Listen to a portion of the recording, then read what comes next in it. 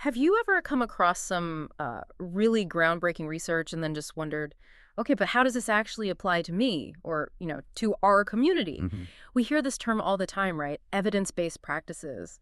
But what actually makes that evidence truly useful and, well, applicable in the real world? Yeah, that's the million-dollar question, isn't it? It really is. So today, that's our mission. A deep dive into exactly that. We're looking at evaluating the relevance, the generalization, and the applicability of research. Basically, issues in external validation and translation methodology. Right. How stuff gets from the lab bench to the street, so to speak. Exactly. And we're using a really insightful article by Lawrence Green and Russell Glasgow, among others, to sort of unpack why research often struggles to cross that bridge from the lab to everyday life. It's a critical piece, that one. Okay, so let's jump in. The article starts with this really powerful idea. If we want more evidence-based practice, we need more practice-based evidence. Mm.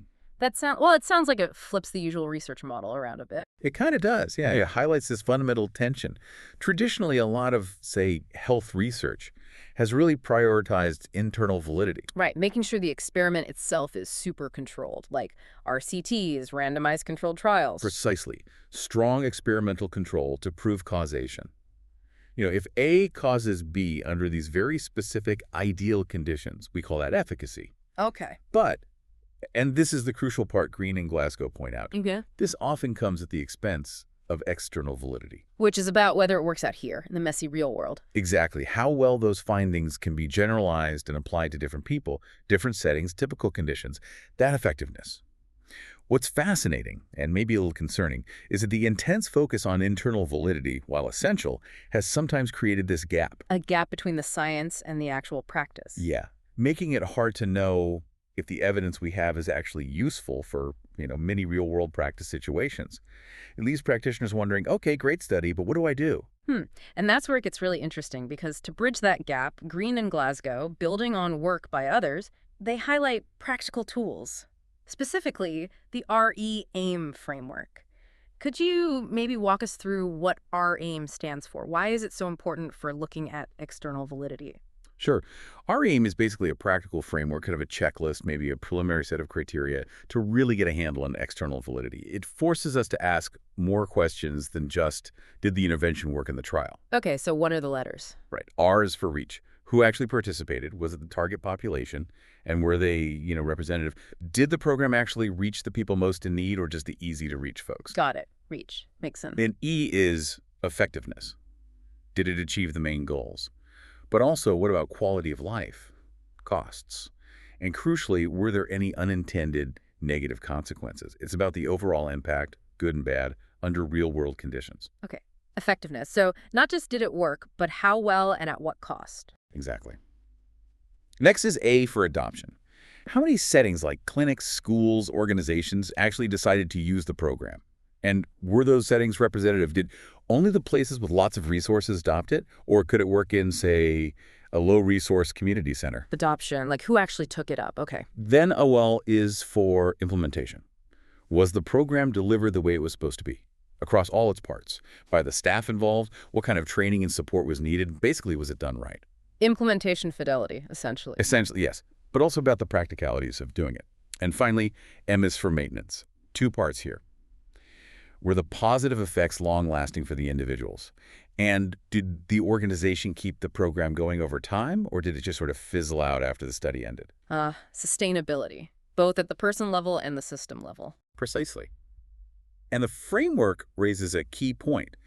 Without looking at all 5 of these dimensions, reach, effectiveness, adoption, implementation, maintenance, how can we really know a program's true real-world impact?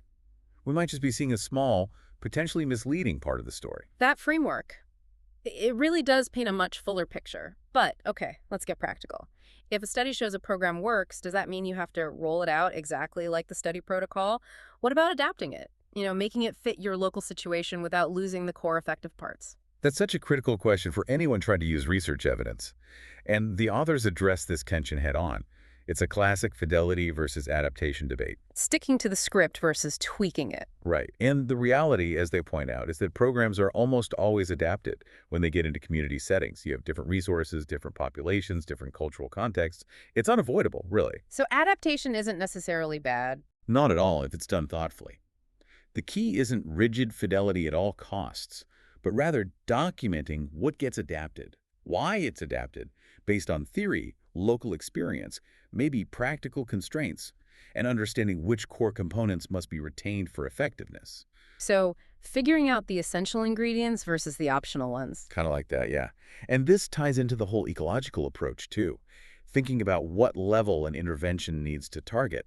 You know, changing individual behavior might require one approach, but changing community norms or policies requires something completely different. You need to match the intervention type to the level where it can actually have an effect. It's about intervening smartly at the right place. Exactly. Finding that sweet spot where the science genuinely informs practice, but practice, with all its local context and wisdom, also feeds back and informs the science.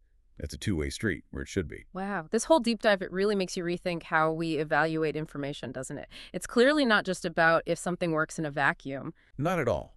It's about where it works, for whom it works, how it gets implemented, and whether it can actually last. So much more comprehensive. Definitely. Knowledge is really only valuable when it can be understood and applied effectively. By giving more weight to external validity, using frameworks like our aim, we get closer to practices that aren't just evidence-based in theory, but are actually relevant, impactful, and sustainable out here in the real world. So here's something to think about next time you hear about best practices or see some evidence-based claim. Maybe ask yourself, okay, but how much of this was truly designed with my situation, with my community's actual needs and realities in mind?